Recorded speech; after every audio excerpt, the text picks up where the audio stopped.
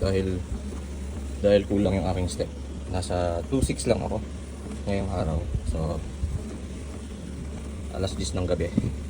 So kailangan ko maglakad lang. So yan, ito yung ginagawa kapag kulang yung aking, dapat ang target ko minimum of 5,000 step.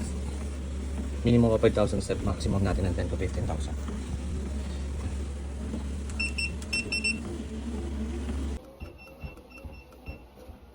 3,000 step. Ginagawa ko to para ma-achieve natin yung 10,000 kada isang araw. Nakakalimang minuto na tayo.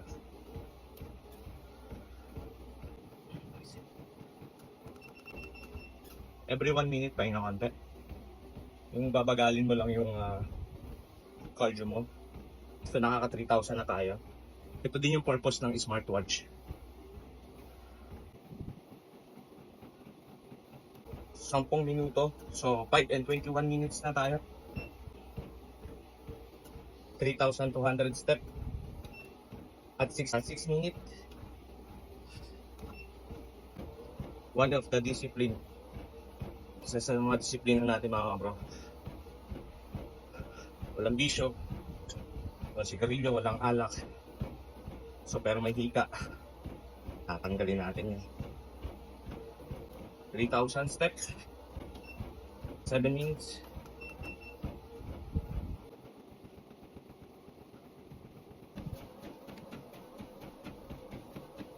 So after 8 minutes, medyo mas binibilis ako pa yung cardio ko.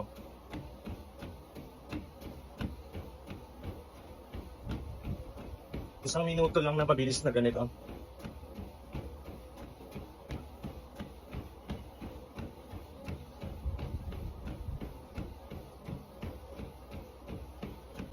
Isang minuto lang.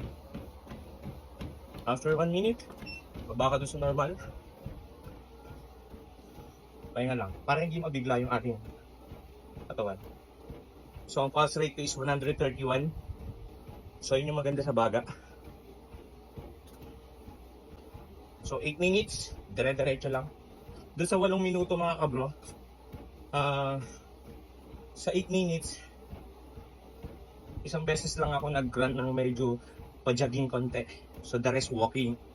Para lang hindi mabigla yung ating pangangatawan. Pero although hindi ko to ginagawa araw-araw, pero very active naman ako sa hanap buhay. Kasi lakad tayo, init. So yun yung ginagawa ko mga kabro. So 9:26 seconds, 9:26 minutes, 9:30 minutes. Naka-develop na ako ng 3,600. So 1.6 pa lang yung walk ko sa 9 minutes. So medyo nag-iinit na ulit. Pabilis ulit tayo ng pabilis. Diretso lang yan.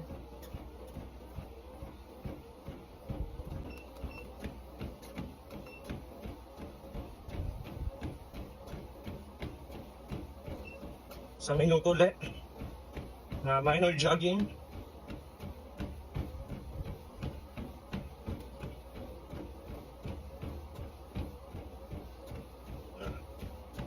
So after the 1 minute, baba ka ulit sa normal.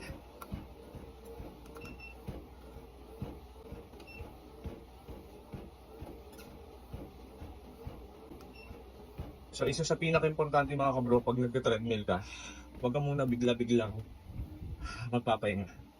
Kaya nyo muna mag-cooling yung ating muscle. Kasi pag bigla-bigla ako magpapahinga mga kabro, so parang magka-cramp ka. Cramps man tawag ba?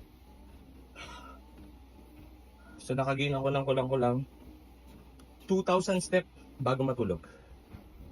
Although ang minimum ko kasi mga kabro is 5,000.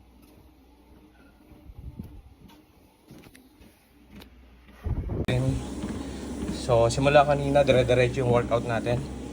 From 0 to 11 to 12 minutes. So nakagain ako ng kulang-kulang 2,000. Ayan, 2,000. So, yan. Okay na. So, saktong 15 minutes lang lagi.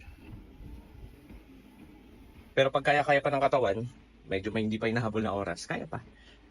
Pero for the meantime mga kabro, healthy fit living. So nagkakaedad na tayo, hindi na tayo pabata.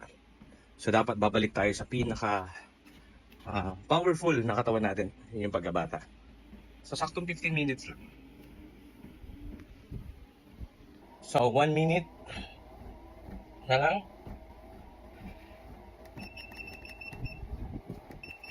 So dapat bago ka matapos, medyo kalmado na rin yung yung muscle natin. Medyo kalmado na rin yun. So ba dapat bago matapos mga kabro, medyo kalmado na rin yung natin.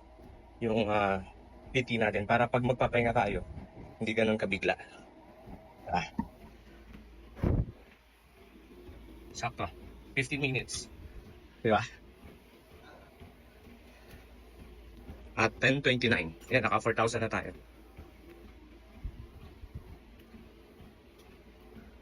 Nakagain tayo ng 2,000 may get na step at 15 minutes. Let's go.